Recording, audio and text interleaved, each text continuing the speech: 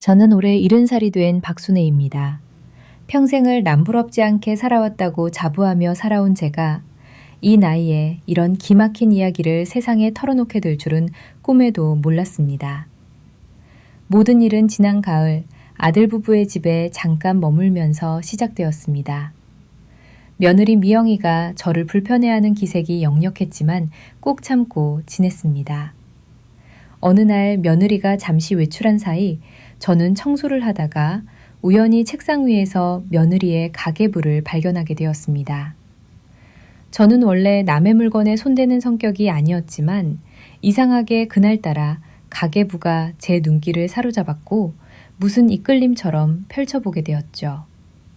그 안에는 식비, 공과금 등 평범한 지출 내역들이 빼곡히 적혀 있었는데 용돈 항목에서 제 눈은 멈추고 말았습니다. 엄마라고 적힌 항목 아래에 저는 믿을 수 없는 단어를 발견하고 심장이 쿵 내려앉았습니다. 바로 촌년이라는 두 글자였습니다. 저는 손이 떨려 더 이상 읽을 수가 없었어요. 촌년?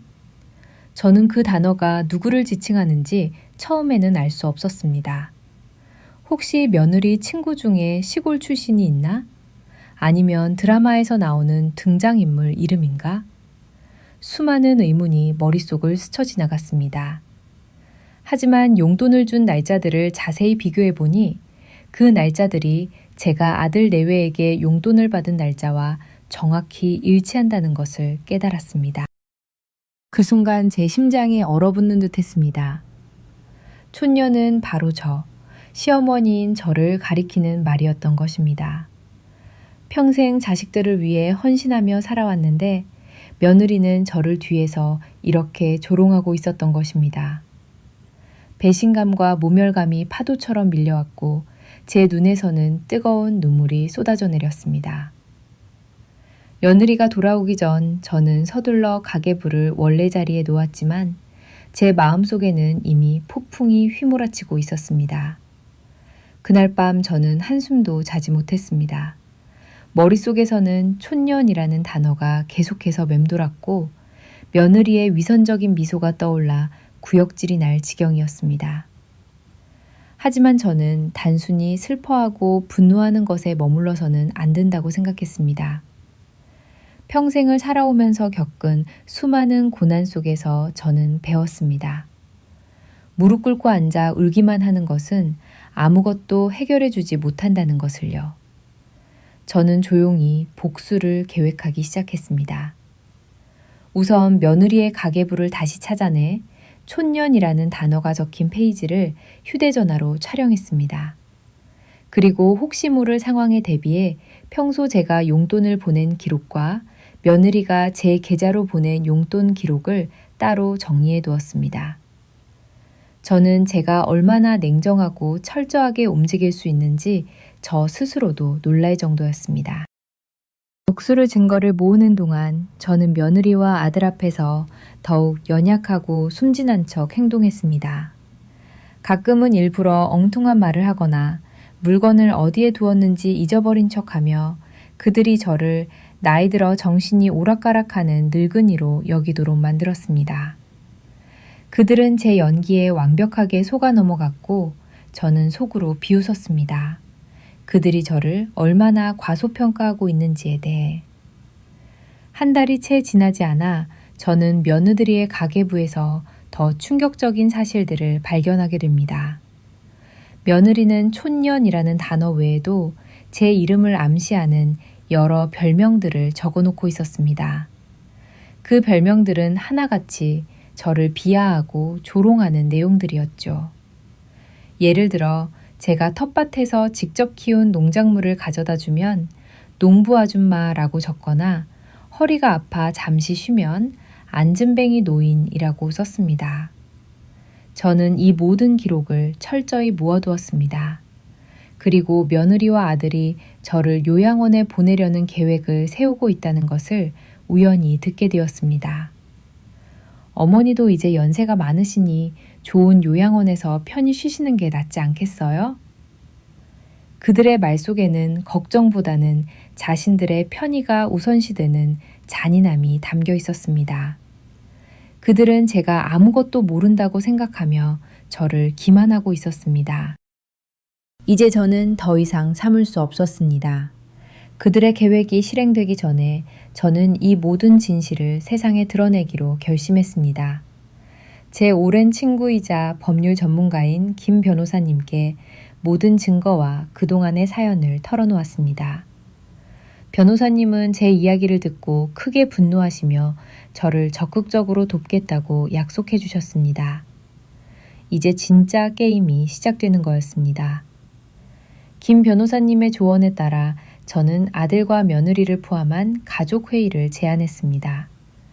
그들은 제가 요양원 문제로 어리광을 부리는 줄 알고 아무것도 모른 채 회의에 응했습니다. 저희 가족에게는 1년에 한두 번 있을까 말까 한 큰 모임이었습니다. 저는 회의 전에 미리 준비한 녹음기를 탁자 밑에 몰래 설치하고 제 모든 재산에 대한 권리를 명확히 하는 법적 서류들을 품 안에 숨겼습니다. 가족들이 모두 모였습니다. 아들과 며느리는 물론 제 손주들과 시누이, 그리고 제 남편의 형제들까지 참석했습니다. 그들은 모두 화목한 분위기를 연출하려 노력했지만 제 눈에는 그들의 가식적인 미소가 역겹게 느껴졌습니다. 아들은 저를 보며 "어머니, 요즘 왜 그렇게 저희를 힘들게 하세요?" 라며 오히려 저를 타박했습니다. 저는 조용히 아들의 말을 듣다가 마침내 때가 되었다고 판단했습니다. 저는 품 안에 숨겨둔 가계부 사진과 증거 자료들을 테이블 위에 펼쳐놓았습니다. 그리고 침착하게 하지만 단호한 목소리로 말했습니다. "미영아, 내 가계부에 내가 촌년으로 적혀있는 이유는 무엇이니?" 제 질문에 며느리의 얼굴은 삽시간에 하얗게 질렸고 아들을 비롯한 모든 가족들은 충격에 휩싸였습니다. 며느리는 아무 말도 하지 못하고 고개를 숙였습니다. 아들은 상황을 수습하려 "어머니, 그게 무슨 말씀이세요? 설마 며느리가 그럴 리가..." 라고 말을 흐렸지만 저는 냉정하게 그를 바라보며 모든 증거들을 하나씩 설명했습니다. 녹취록, 가계부, 사진, 그리고 며느리가 저를 비하하며 쓴 다른 별명들까지 모든 것이 명확하게 드러나는 순간이었습니다. 아들은 그제야 모든 상황을 이해하고 저에게 사죄했지만 이미 늦었습니다. 저는 이어서 그들의 요양원 계획에 대해서도 폭로했습니다. 제가 늙어서 정신이 오락가락하는 줄 알았겠지만 저는 모든 것을 알고 있었습니다. 여러분이 저를 버리려 했다는 사실까지도요.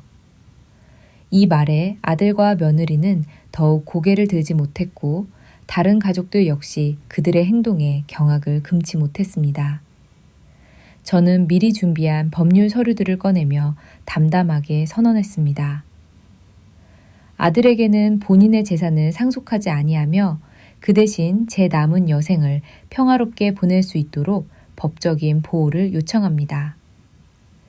김 변호사님이 조용히 들어와 제 옆에 섰고 아들과 며느리는 그제야 제 계획의 전말을 깨닫고 좌절했습니다. 그들은 저를 속이고 버리려 했지만 결국 스스로 함정에 빠진 것입니다. 그날 이후 저는 아들 부부와의 모든 관계를 정리했습니다. 그들의 사죄는 더 이상 제게 아무 의미가 없었습니다. 저는 그들의 집을 떠나 혼자 살던 작은 아파트로 돌아왔고 오랜만에 진정한 평화를 느끼며 살고 있습니다. 아들과 며느리는 자신들의 탐욕과 배신으로 모든 것을 잃게 되었죠. 이 모든 사건은 제게 잊을 수 없는 교훈을 남겼습니다. 가족이라는 이름으로 얼마나 많은 상처를 주고받을 수 있는지, 그리고 인간의 탐욕이 얼마나 무서운 결과를 초래할 수 있는지를 다시 한번 깨닫게 되었습니다. 이제 저는 저 자신을 위해, 그리고 저를 사랑하는 소중한 사람들을 위해 남은 인생을 살아갈 것입니다.